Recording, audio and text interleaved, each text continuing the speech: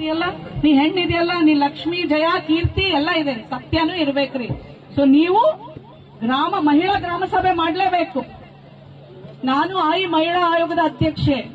ನಿಮಗೆ ಸರ್ಕಾರದಿಂದ ಬರುವಂತ ಎಲ್ಲಾ ಸವಲತ್ತುಗಳನ್ನ ನೀವು ಗ್ರಾಮ ಸಭೆ ಮಾಡಿ, ನೀವು ಮಾಡಿದ್ದ ಎಲ್ಲಾ ಮೀಟಿಂಗ್ಸ್, ನಿಮ್ದೆಲ್ಲ GPS, ನಿಮ್ದೆಲ್ಲ ರಿಪೋರ್ಟ್ ನನಗೆ ಕಳಿಸ್ಕೊಡ್ಬೇಕ್ರಿ. ಆಯ್ತಾ? ಏನೇನಿರ್ತಾವ್ರಿ ಅಂದ್ರೆ 60 ವರ್ಷ ಮೇಲ್ಪಟ್ಟಿರೋ ಮಹಿಳೆಯರಿಗೆ ಕಂಪಲ್ಸರಿ ಪೆನ್ಷನ್ ಆಗ್ಬೇಕ್ರಿ. ಯಾರಿಗ ಆಧಾರ್ ಕಾರ್ಡ್ ಇರಲ್ರಿ, ಯಾರಿಗೆ ರೇಷನ್ ಕಾರ್ಡ್ ಅಲ್ಲಿ ಸರಿಯಾಗಿ ಊಟ ಬರ್ತಿರಲ್ರಿ, ಅಂದ್ರೆ ನಿಮ್ ರೇಷನ್ ಬರ್ತಿರಲ್ರಿ, ಮತ್ತೆ ತಾಯಿ ಇರ್ತಾಳ್ರಿ, ಸಿಂಗಲ್ ಅಂದ್ರೆ ಗಂಡ ಸತ್ತಿರ್ತಾನ್ರಿ, ಆ ತಾಯಿಗೆ ಮಕ್ಳಿರ್ತಾರ್ರಿ. ಪೋಷಕತ್ವ ಯೋಜನೆ ಅಂತಿದೆ.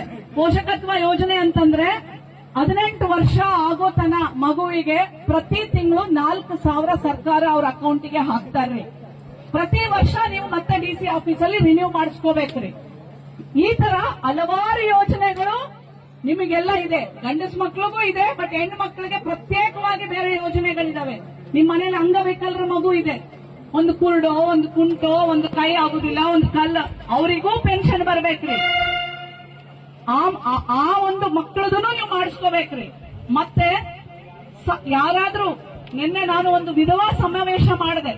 ಅಲ್ಲಿ ನನಗೆ ಗೊತ್ತಾಯ್ತು, 6 ತಿಂಗಳ ಒಳಗಡೆ ಗಂಡ ಸತ್ರೆ ಅಪ್ಲಿಕೇಶನ್ ಅರ್ಜಿ ಹಾಕಿದ್ರೆ, ನೀವು 6 ತಿಂಗಳ ಒಳಗಡೆ ಅರ್ಜಿ ಹಾಕಿದ್ರೆ ಮೊದಲಿಗೆ 20,000 ಸರ್ಕಾರ ನಿಮ್ಗೆ ಕೊಡುತ್ತೆ. ಆಯ್ತಾ? ನಂತರ ಎಷ್ಟೊಂದು ಕಡೆಯಿಂದ ನಿಮಗೆ ಎಲ್ಲ ಬೆನಿಫಿಟ್ಸ್, ವಿಧವಾ ಯಾರಿಗಾರು ಏನಾದ್ರು ಬೆನಿಫಿಟ್ಸ್ ಇದೆ. ಫಸ್ಟ್ ಅಂಗನವಾಡಿ ಕಾರ್ಯಕರ್ತೆ ಅವ್ರಿಗೆಲ್ಲ ಇತ್ತು, ಈಗ ತೆಗೆದಾಕ್ಬಿಟ್ಟಿದ್ದಾರೆ ಅನ್ಸುತ್ತೆ ಅಲ್ವಾ? ಮತ್ತೆ ಎಲ್ಲಾ ಸರ್ಕಾರಿ ಅಧಿಕಾರಿಗಳನ್ನ ಕರ್ಕೊಂಡು, ತಹಶೀಲ್ದಾರ್ ಇರ್ಬೋದ್ರಿ, EO ಇರ್ಬೋದ್ರಿ, ಯಾರ್ಯಾರಿಗೆ ಪೆನ್ಷನ್, ವಿಲೇಜ್ ಅಕೌಂಟೆಂಟ್ ಬಂದಿರಲ್ರಿ, ಹೊರಟೋದ್ರು ಅವರು, ವಿಲೇಜ್ ಅಕೌಂಟೆಂಟ್ ಬಂದಿದ್ರಲ್ರಿ.